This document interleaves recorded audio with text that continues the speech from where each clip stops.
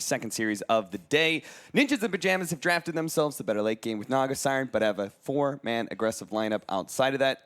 I think he's losing it a bit harder than he should be. Oh, Well, he's going for a risky actually play. going to try and fight off Fada here, but the Dragon Slave plus the auto attack is going to be too much. It's going to get first blood. Of course, Fada's going to die in return with the rotation of Jericho. Fortunately, Chris Luck's decision came just a little bit too early. Because his Phantasm, he actually goes in a late game really well. It looks like they may be able to cut off Jericho, running into him with both the Chen and the Nyx Assassin. Fada will collect the kill. I think it's expected so far. What is happening from NIP? Expected. Oh, top lane, another Laguna. Another from Dragon Slave in 1 second. Is it long enough? Range. Ooh, right on his tiny little horsey hail. Tickled his butthole, but didn't deal any damage, so we're good. Okay, let's make the move into work. It's too early in the cast to bring up Rich already. Jesus, Synderen.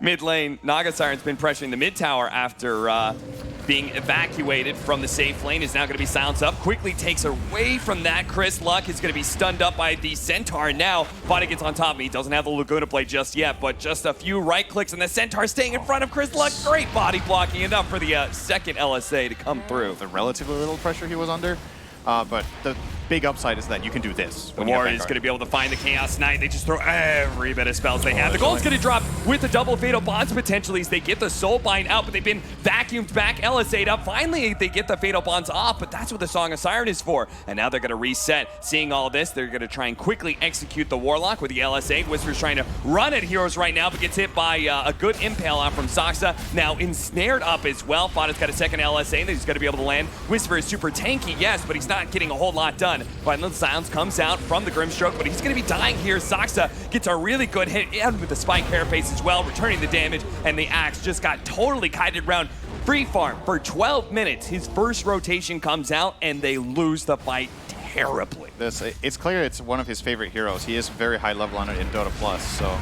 Pull him back in. K1's trying to make some plays right now, but between the wall and, well, maybe Sox is still going to die. They're going to commit more with the Phantasm, make sure that they can't actually be fought. The Blink Dagger, they managed to get the Lina. That's a more important kill if they can stay on top of him. Soxa, though, is creating so many problems for K1. They needed to be able to follow up on Fada, but now the Golem's going to get dropped, but the Grimstroke's already dead. Hasn't actually gotten the Soul Bind. Finally does manage to get it onto the Lina. Whisper's going to try and chase down 33. Does manage to get the call onto him. K1's going to join him for this one. It's Chris Luck and Stinger are going to be able to, thanks to their superior team fight with the Golem, fallback measure of the Song of Siren. So it's going to be an Aegis for Fada.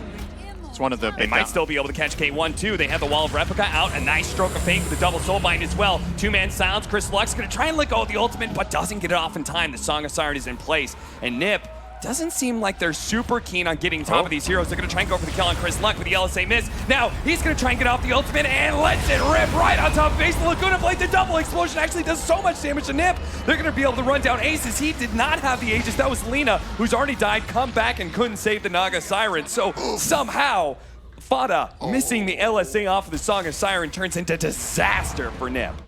Maybe that's why Nip had been playing so much on ANVORGESA's side of the map. I know. I saw you, I was like, I know it's been a while since you casted Synderen, but the camera, they can't see you right now. Oh, man. We're not streaming right now. People can't see us.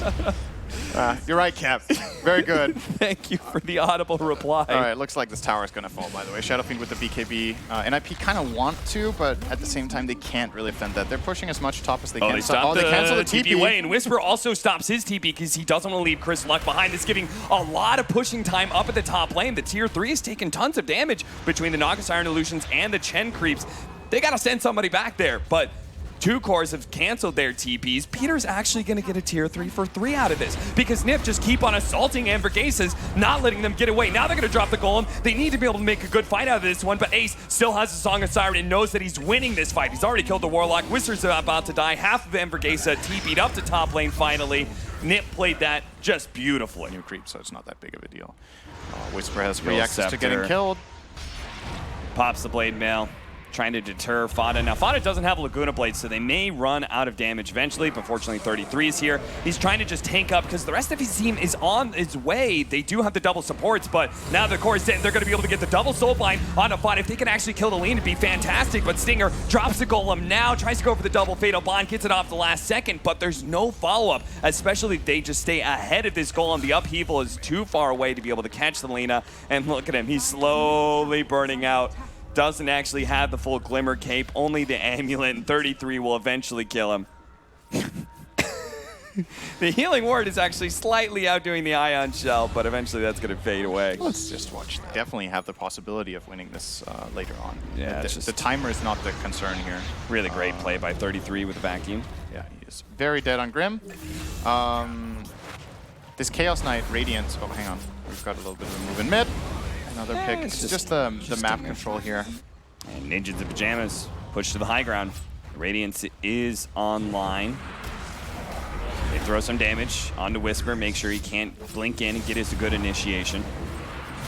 Pulling the real Nagasire, managed to get a 3-second stun. That's a great setup already. He does, of course, have the Aegis, so they can't overcommit. A nice vacuum pullback. That's going to be able to grab the Chaos Knight. He's fighting his own illusions as well as the Nagasire illusions to bring him down.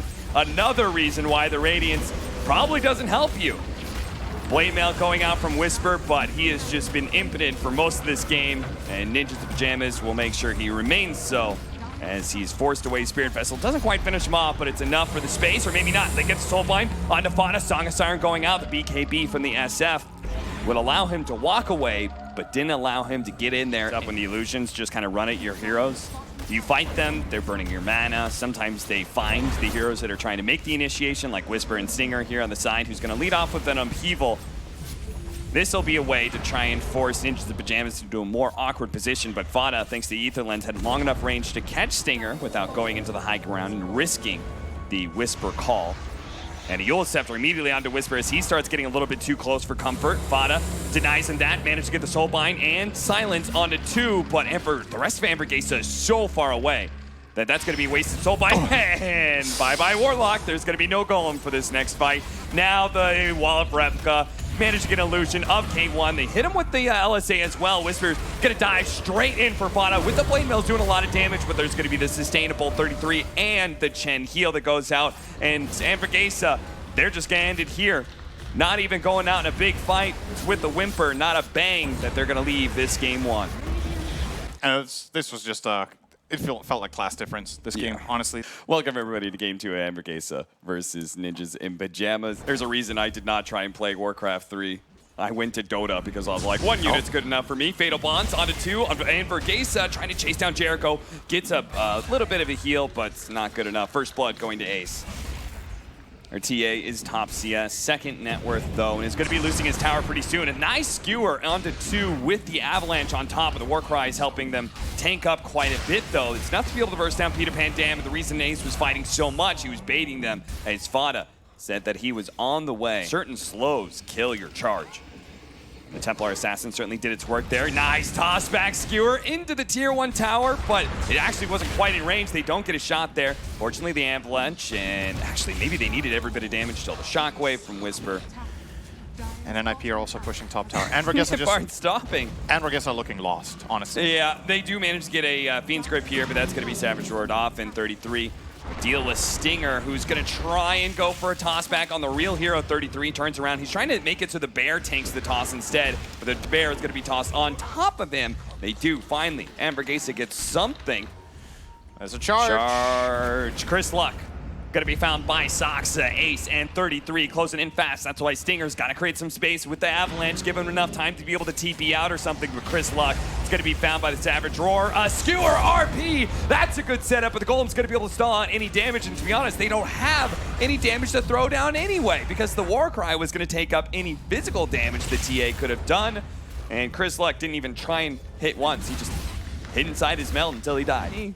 No fun. Okay, they back up now. Immediately a 5-man smoke, but just playing the high ground. And that smoke's going to be ruined. K1 doesn't even try and jump into the trees. He's a little bit scared of that, as he should be. Sox is going to go for the Nether Strike onto the Monkey King, and he can charge away to the right-hand side. They're going to finish off the Bane. The Avalanche onto 2, trying to get away from Ace if he can. Chris Luck jumping forward, trying to kill Peter Pan Dam, but to be honest, that man does not have the Golem anyway. A big swing from K1, finishes off the 5 position. They get on top of the Shrine now. The Wukong's command goes out as well. ANVORGESA with the buybacks will be able to force 33 and the rest of Ninjas Pajamas away, and maybe even get a kill here. They're going to toss Ace back in. A long jump from the Monkey King actually gets knocked mid-air by Soxa as he charges on through. They're going for Fada now, but the Decrepify is buying a lot of space, and the Bear just keeps on going to work. The Skewer back into 3 with an RP. Another back hit with the side blades. They're getting to all these heroes. The Avalanche on top, and that's it. They got wiped there by Ninjas in Pajamas. Finally, Whisper finds the opening. Here comes that There's smoke. the smoke. Oh, They this had to guy's charge, toast, which man. He's Monkey totally King- alone. Why do they keep on? Well, he has his BKB. Hopefully he doesn't get ensnared up, or else that'll really kill things. He needs to charge it out of Soxa to be able to get a Boundless Strike lifesteal hit, but he can't do that, so now he gives up on it, throws out the damage. The Golem's going to be dropped. Eventually the Monkey King is found, and Jericho now Fatal bonded up to Whisper, who's charged by Soxa as well. They're just ignoring Jericho and go for the extra kill. As you said, it's all important to be able to kill this Magnus. Without the RP, ANVORGESA can't possibly fight. Yeah. Uh-oh. Okay, sleep on one, Fiend's Grip on the other, but there's always the problem of this bear. Now the root doesn't actually stop the channeling, so they still get the full duration on 33. Finish him up. Now the RP, the Crepify did buy the 33 bear a lot of time, but it managed to finish off Fada. 33 inside the Wukong's command is falling fast. Here comes the Templar Assassin as well with the Death. Add in that minus armor. They're going to kill the bear first, an extra 300 gold, then take 33. I mean, I don't know which one is the lie, honestly, though. Yeah, you never know with Rich. Uh-oh. Charge, Stormhammer, and Stinger's going to try and interrupt it as best he can with the Avalanche. That's enough to be able to get off the BKB from Chris Luck. A long Fiend's Grip, and now the RP, but the Fear comes out first. Clutch. He almost had all of them. Whisper's going to try and run back in. Wants to catch it, but he doesn't get it off. He died to the bear first before he can pull 33 back inside the Wukong's command. The slept up ace from the Sven. He's been Fiend's Gripped, slept most of this fight. He just hasn't moved a damn muscle. The Sox is going to try and bail him out now with the Spirit Vessel onto Chris Luck. It's going to be close. They need the vision. Will be able to finish him off. The RP comes in. Not enough to save the TA, but enough for K1. Oh, Hector comes in. Wipes out 3-second life of Ace. 33 still here as well, trying to finish up his bear because he doesn't have another one, but maybe thinking, oh no, don't let him get away. He does manage to get the Nightmare. Jericho stops it. Kill the bear. Kill the bear. Get that extra 300 gold because you have won this fight, ANVORGESA. Do at least have a Spirit Breaker charge. They are going to be able to just quickly take out Jericho. Ace, he did not like the way the last team fight went, where he was Fiend's Grip forever. Now, at the same time, Peter Van Dam is going to go down without getting off his golem. The Wukong's command goes out, but Ace just ignoring it and continue to go for this Tiny. He wants to get rid of the Disablers as best as possible. 33, jumped on by Chris Luck. Savage roars. Whisper is trying to get away from this damn bear. K1's not going to help him out at all, as now he's going to be charged on through Hector, and will be able to stun him up until Stinger comes in with a good avalanche. But there's another Savage roar with Fada in the side, just draining the Monkey King out. None of them have buyback, so now it's just the Tiny and the TA. He's just going to keep on going for that 5 position. Stinger tossing him up in the air, just trying to kill the bear, which is doing so much damage to these buildings. They will manage to kill it. Courier. You really wanted the Courier. But for a fresh no bear reason. being summoned, and they just get Megas. Yeah. That's it. I still think ANVORGESA is going to play the game. Peter. Stinger can't quite do enough damage. Now the Monkey King's going to be able to jump this time around. Peter does manage to get off the golem in time, and he's going to be decrepified as well. Look at Ace. Again, he's just like, nope, where's the Bane? Finds him, kills him. Now I can play the rest of my team fight out. He tries to go for Whisper. Whisper with the skewer. RP doesn't quite catch Peter, but where's the damage? There is none, because K1 got totally controlled up by the Spirit Breaker, and Chris Luck was trying to deal with Ace, but as it is, ANVORGESA knows that it is all over. They've been 2-0 by Ninjas the Pajamas. They made them work for it, though. Like I said, I thought this was going to be a 20 to 25 minute win.